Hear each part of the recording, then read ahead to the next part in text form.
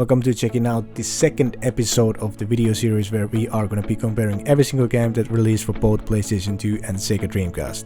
The first video will be linked down in the description where we compared Le Mans 24 Hours, 18-wheeler and Alone in the Dark, so definitely go check out if you haven't which system came out on top on the first episode. Guys, consider subscribing if you want to see the episode right away when they come out, but now let's move on to the games in this episode. Okay, so first up we have here Quake 3 Arena for the Dreamcast that released in 2000 and it was later ported to PS2 in 2001. They also changed the name to Quake 3 Revolution on the PS2 and added some features to the game like single player campaign.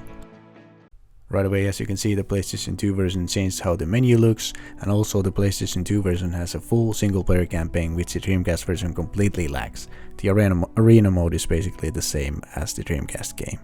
PS2 also has 16:9 aspect ratio option in the menus. Okay, so we loaded up a map here without the NPCs to check some differences, and if we pause the game here, the Dreamcast definitely more sharper and has more details. For example, in these places you can pause the video here, and but the PS2 in some other things looks better than the Dreamcast. For example, the shadows here, the tower here. So overall, I don't know which one looks better here. What do you think?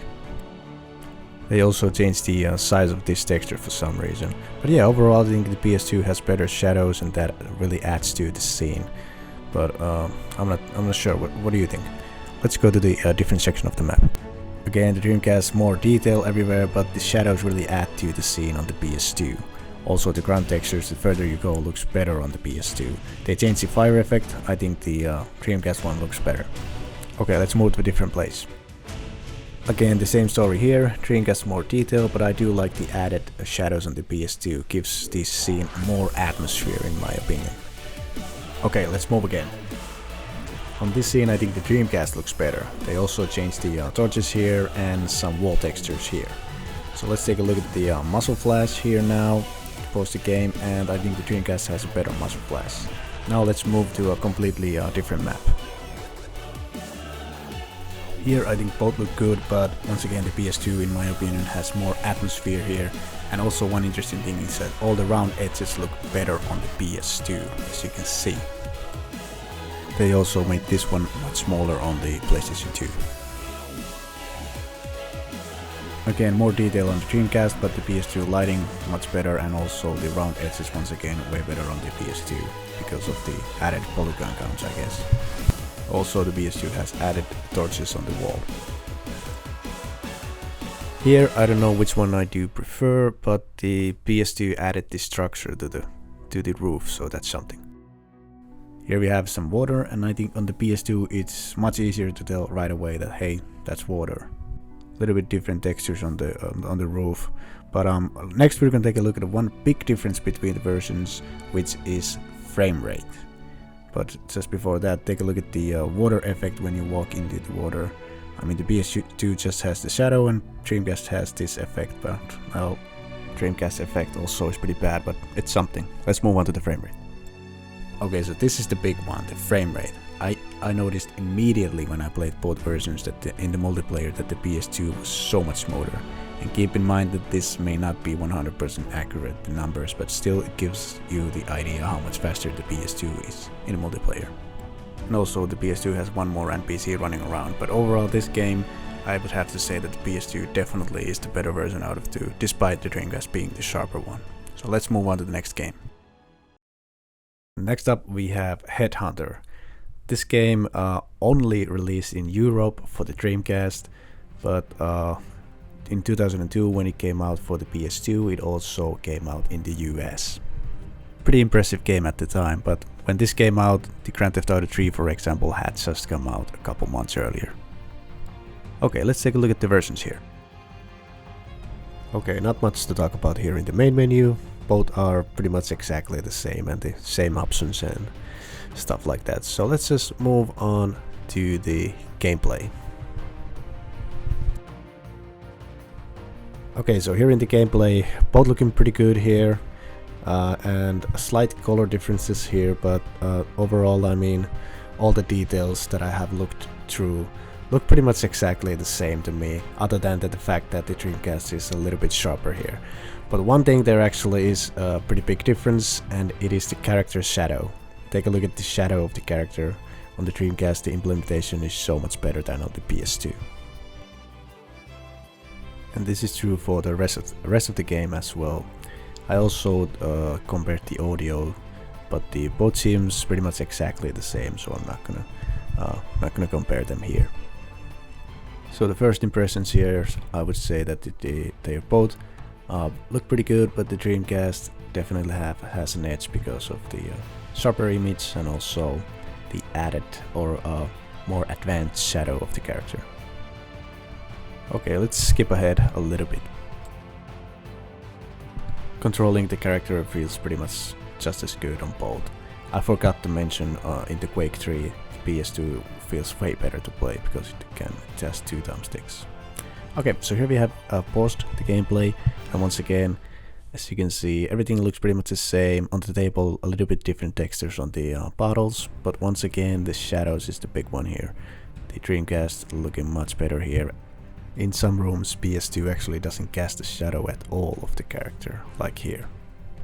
Yeah, and overall, Dreamcast a little bit brighter image, and once again here you can see the shadow difference. Dreamcast having a lot better shadows, and now take a look at the shadows now. When we move to a different room, PS2 suddenly doesn't have the shadow at all, but then it reappears again. That's weird. Okay, now we get to the city, and here I think the only advantage the PS2 has is this wire here. It looks a little bit better than on the Dreamcast. But once again, the shadows are so much better on the Dreamcast than PlayStation 2. But overall, the image, I think the details and stuff like that, pretty much exactly the same on both. But the Dreamcast being sharper, it looks better to me than the PlayStation 2 version. And playing the game, it feels pretty much equal, I would say, the control. They did not take any advantage of the PS2 controller. For example, the camera cannot be moved with the right thumbstick.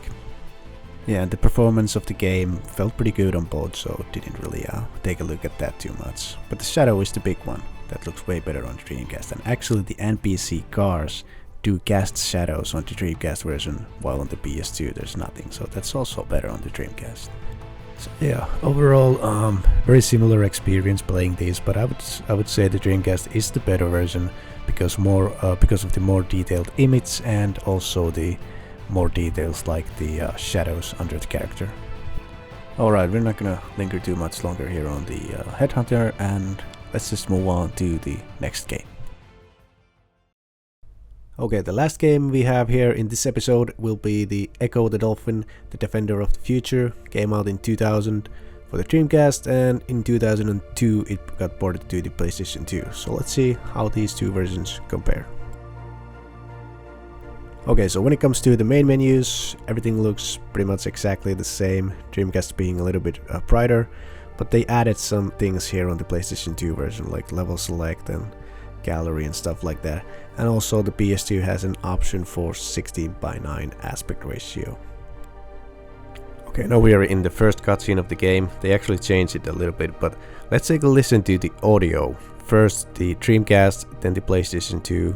Same voice clip from both versions. I think the PlayStation 2 definitely has a better audio quality here. So let's take a listen to that. For 500 years, dolphins and humans had lived together in unity, harmony, and fellowship. For 500 years,